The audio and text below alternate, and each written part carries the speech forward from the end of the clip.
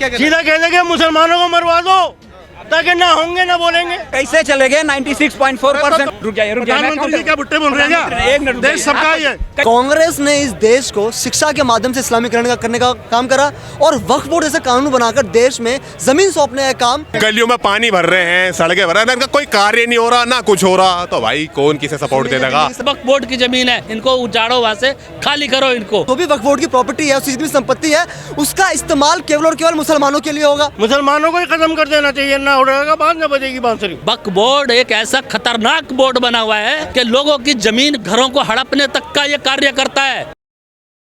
BJP के कई नेताओं का कहना है और लोगों का कहना है कि वक्फ बोर्ड को खत्म कर देना चाहिए, तो इस पर आपकी क्या राय है? देखिए, उन्होंने क्या कहा है भाजपा के नेताओं ने, चलो इस पर तो मेरा भी जानकारी है नहीं, परंतु अगर कहा है तो बहुत सही कहा है और इसको जल्द से जल्द खत्म करना चाहिए।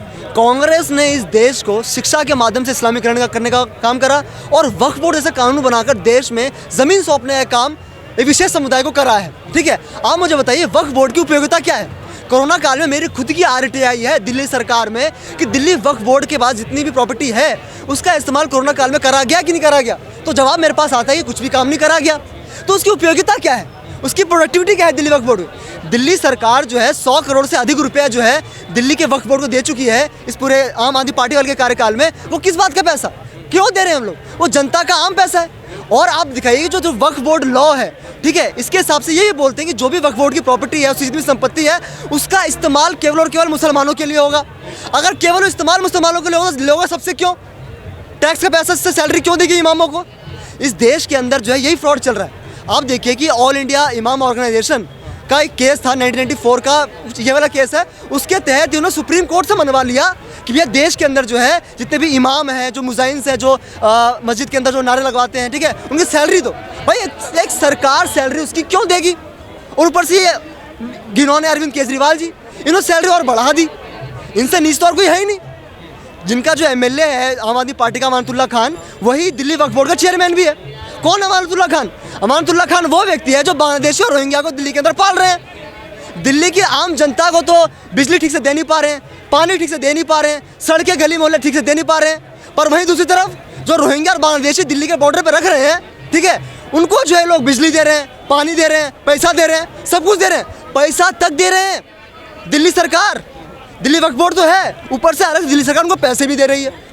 तो दिल्ली वक्फ बोर्ड पूरे देश के अंदर वक्फ बोर्ड की जो पूरी चीज़ें हैं ना, रेलवे की कितनी बोर्ड, आप देखिए, आपको सारी डेटा मालूम ही होगा कि दूसरे तीसरे नंबर पे आती है वक्फ बोर्ड का टोटल जितने लैंड है, उस लैंड का उपयोग क्या भाई साहब? लोग देश के अंदर जो आज बहुत सारे लोग हैं, उनका बस अपना मकान नहीं है। ये बंदा जो है पूरा अपना जीवन लगा देता है एक ज़मीन टुकड़ा खरीदने में, उसको बनाने में, और वक्फ बोर्ड के पास फ्री फंड की सारी ज़मीनें आ जा रही हैं। इतना खतरनाक कानून है कि कल को मेरे घर को भी, और कल को मेरे घर को भी कह देगा ना कि वक्फ बोर्ड की प्रॉपर्टी है, तो मैं सुप्रीम कोर्ट या किसी और न्यायालय में नहीं जा सकता। उसमें यह संशोधन कर रखा है कि मुझे वक्फ बोर्ड की अथॉरिटी के पास जाना पड़ेगा। सर, ये कहाँ का न्याय है? नहीं, अब तो आप जा सकते हैं, अदालत में जा सकते हैं, ऐसा प्रावधान कर दिया गया है। भाई तो ऐसा कांग्रेस जो है प्रावधान लाई क्यों थी? क्या मंशा थी उनकी? कांग्रेस इतनी घिनौनी पार्टी है कि कम्युनल वॉयलेंस जैसा बिल लाती है, इसमें कहती है कहीं भी दंगा होगा तो जो मेजोरिटी होगा वो जिम्मेदार होगा। जी, आपका क्या कहना है कि वक्फ बोर्ड को खत्म कर देना चाहिए या नहीं करना चाहिए? देखो, खत्म करना हो तो जनता के ऊपर हाथ में, जनता क्या फैसला करेगी। अब हम तो इतना जानते हैं कि इस बार 400 नहीं 500 पार है, आएगा मोदी जी, ठीक है भाई। अब मैं मोदी सपोर्ट में भी नहीं हूँ, लेकिन ना मैं केजरीवाल सपोर्ट हूँ। मैं तो इतना जानता हूँ कि भाई सड़कें है, बिजली है, बहुत से गाँवों में, क्षेत्र में, ठीक है भाई, गलियों में पानी भर रहे हैं, सड़कें भर रहे हैं, इनका कोई कार्य नहीं हो रहा ना कुछ हो रहा, तो भाई कौन किसे सपोर्ट दे देगा?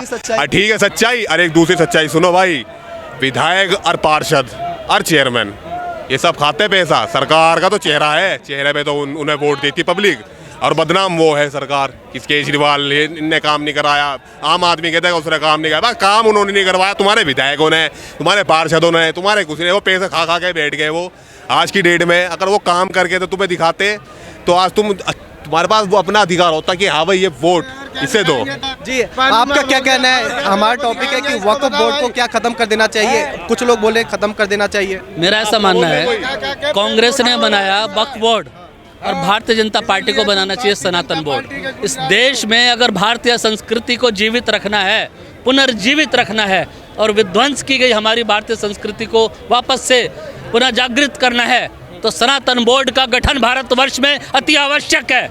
और हम आज भारत के प्रधानमंत्री नरेंद्र मोदी से मांग करते हैं कि जिस तरह से कांग्रेस ने एक विशेष समुदाय को पालने के लिए वक्फ बोर्ड बनाया, भारत के नागरिकों की ज़मीनों को हड़पा गया।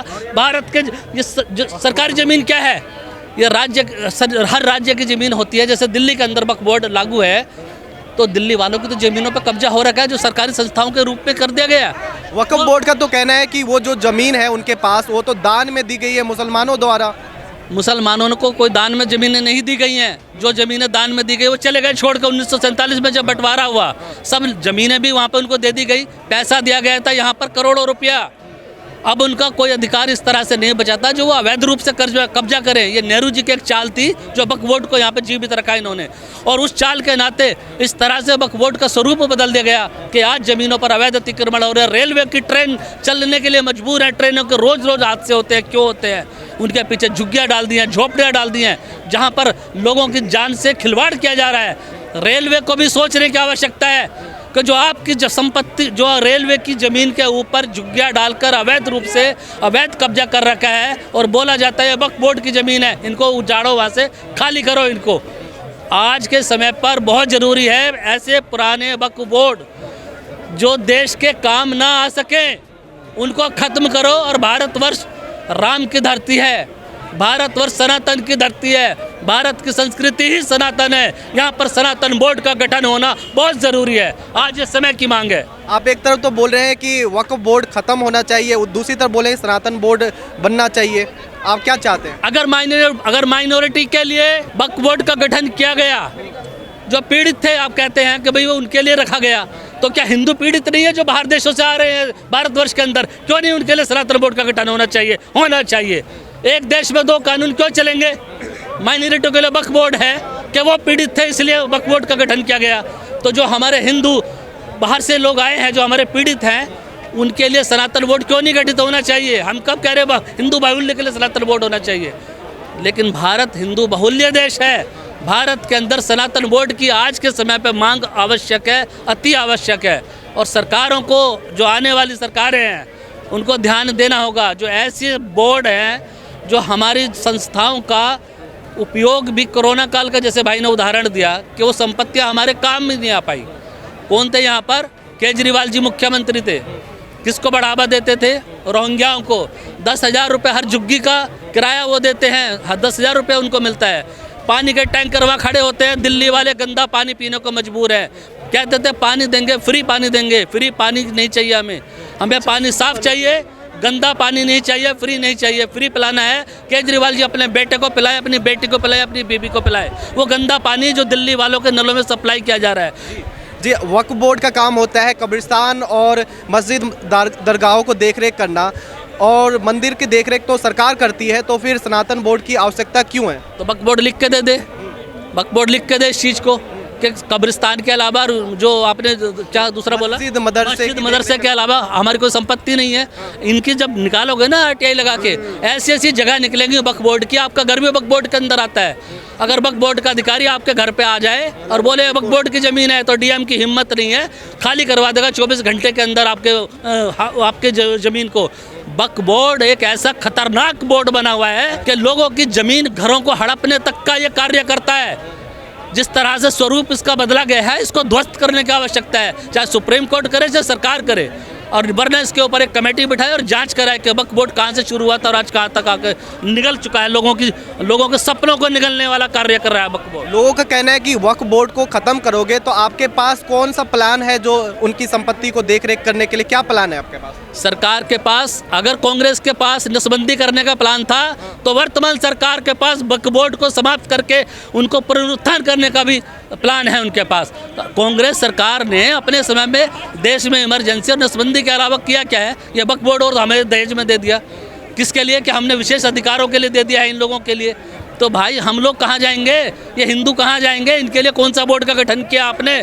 आप दो आंखों से आपने देखा, एक को हिंदू की आंख से देखा, एक को मुसलमान की आंखों से देखा, उनको पीड़ित बताया गया। हम बाहुल्य होने के बाद भी हमारे को दुत्कारा गया। ये कांग्रेस पार्टी का चरित्र भारतवर्ष की जनता को पसंद नहीं आया। तो आज वही कारण है कि भारतवर्ष की जनता ने कांग्रेस को इसीलिए लात मार के सत्ता से बाहर किया कि आप लोगों ने एक माइनॉरिटी को इस तरह से बढ़ा दिया कि जैसे देश के अंदर इन्हीं का अधिकार है। जी आपका क्या कहना है? देखिए, जैसे आपने कहा कि वक्फ बोर्ड की प्रॉपर्टी का होगा क्या, जिस प्रकार से आज़ादी के बाद भारत के अंदर ज़मींदारी में रिफॉर्म्स लेकर आए, उसी प्रकार से करो। हालांकि जो प्रॉपर्टी है वक्फ बोर्ड की, वो वक्फ बोर्ड की अपनी नहीं है।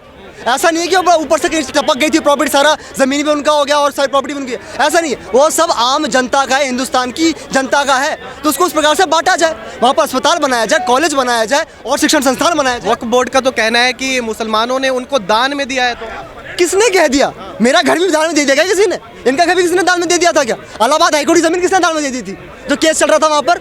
अब बताइए, तो ये सब झूठ बोल रहे हैं। आप सभी बताइए, दिल्ली वक्फ बोर्ड में क्या होता है? दिल्ली सरकार मेरे टैक्स के पैसे से इमामों को सैलरी मिलती है सर। और आप कहते हैं मंदिरों के जितने पुजारी हैं ना, वो स्वयं चलते हैं और सरकार मंदिरों का पैसा खुद लेती है। ये उल्टा है। दिल्ली सरकार जो है, कोई भी सरकार जो है, वक्फ बोर्ड से पैसा नहीं लेती है, परंतु जो भारत के जो मंदिरों का जो इनका जो मैनेजमेंट है, उसमें सरकारें, राज्य सरकारें जो है मंदिरों से पैसा लेती हैं। तो ये डिस्क्रिमिनेशन नहीं हुआ क्या? टैक्स लेती है। कांग्रेस ने इसको पाला है भाई साहब, और इसको आवश्यक है कि इसको जल्द से जल्द खत्म करा जाए। तो वक्फ बोर्ड की जमीन को अब क्या करना चाहिए? क्या वक्फ बोर्ड के पास ही रहने देना चाहिए, या सरकार के को अंडर में रखना चाहिए, या फिर आम लोगों में बांट देना चाहिए? देखिए, उस ज़मीनों का इस्तेमाल करके देश की विकास के लिए जो अलग संस्थाएं हैं उसको बनाया जाए। हॉस्पिटल बनाओ, ठीक है, स्कूल बनाओ, कॉलेज बनाओ, फिर और शिक्षण संस्थान बनाओ, रिसर्च इंस्टीट्यूट बनाओ, उसका इस्तेमाल करो। रेलवे लाइन्स बिछाओ ताकि और रेलवेज बढ़े, एयरपोर्ट्स बनाओ, रेलवेज बनाओ, तो ये काम होगा। लोगों का कहना है कि मंदिरों के पास भी बहुत बड़ी बड़ी जमीन है। वो कब्जा किया नहीं हुआ है ना, वो हमारा विरासत का जमीन है, वो कब्जा नहीं किए हैं किसी का। आज जो वक्फ बोर्ड की स्थिति है, ये एक तरह से ये कब्जा करने वाला एजेंसी है, कब्जा करने वाला। अच्छा, देश चलेगा संविधान से। अगर वक्फ बोर्ड कह दे कि ये ज़मीन मेरा है, तो उसकी सुनवाई कोर्ट में नहीं होगी, वो अलग ही अदालत है। पता नहीं वो कौन सा संविधान से चलता है, वो अरबी या फारसी संविधान से। तो पूरे तरीके से जो है, ये जो है वक्फ बोर्ड जो है, इसने दिल्ली या पूरे देश में ऐसे ऐसे पॉश इलाकों में ज़मीन को कब्जा किया है कांग्रेस सरकार के मिली भगत से। इसमें कांग्रेस ही उतना दोषी है जितना वक्फ बोर्ड के अधिकारी और इसके जो है कि ये लोग हैं।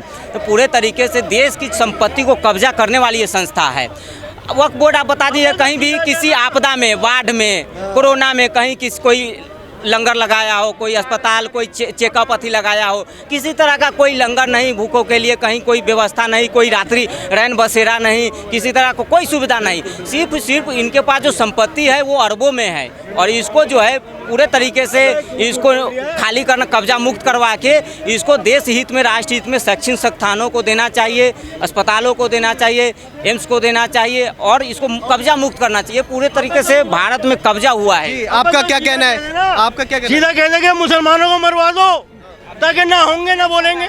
जी मरवा दो। सुनिए, पहले सुनिए। कुछ मुसलमानों ने जबरदस्ती कब्जे कर रखे। जी सुनिए पहले। कुछ बीजेपी नेता और लोगों का कहना है कि वक्फ बोर्ड को खत्म कर देना चाहिए, तो इस पर आपका क्या कहना है? मुसलमानों को ही खत्म कर देना चाहिए, यूं कहना सीधा सा। हाँ, मुसलमानों को ही खत्म कर देना चाहिए। ना उड़ेगा बात, ना बजेगी बांसुरी, मार दो। वो तो कह रहा है 1 लाख मुसलमान मारूंगा मैं रोज, मार ले। जी आपका क्या कहना है? बीजेपी के नेता और कुछ लोगों का कहना है कि वक्फ बोर्ड को ख़त्म कर देना चाहिए, इस पर आपकी क्या राय है? मेरे को एक बात बताएंगे, मेरा बहुत साधारण सा सवाल है। अगर आपका बंटवारा मेरे साथ हो जाए तो क्या अपनी प्रॉपर्टी में मेरे को हिस्सा देंगे? आप जवाब दीजिए। हाँ? नहीं। क्यों? जी क्योंकि मिल चुका है ना मुझे अपना। अगर मैं आपके घर में ज़बरदस्ती मैं बोलूँ कि भाई मैं बड़ा हूँ, मेरा ये राइट है, और बंटवारा गलत हुआ, नहीं मैं आपके साथ रहूँगा, तो तब देंगे कि नहीं देंगे? जी बोलिए आप। नहीं, आप बोलिए ना, आपने सवाल पूछा, मैं आपसे पूछा हूँ, काउंटर क्वेश्चन है। आप देंगे या नहीं देंगे? मैं क्यों दूंगा? हाँ, जब आप नहीं देंगे तो अंकल जी बोल रहे हैं, तो इन लोगों ने तो अलग मुल्क ले लिया था, तो यहाँ पे क्यों रुके? वापस आए ना। जो इन लोगों का कहना है कि ये लोगों ने नहीं मांगा था, कुछ जो लोग मांगे थे वो चले गए। कैसे चले गए? 96.4% वोट है। हिम्मत है क्या? इनको क्यों बोल रहे हो? इनका देश है, सबका देश है।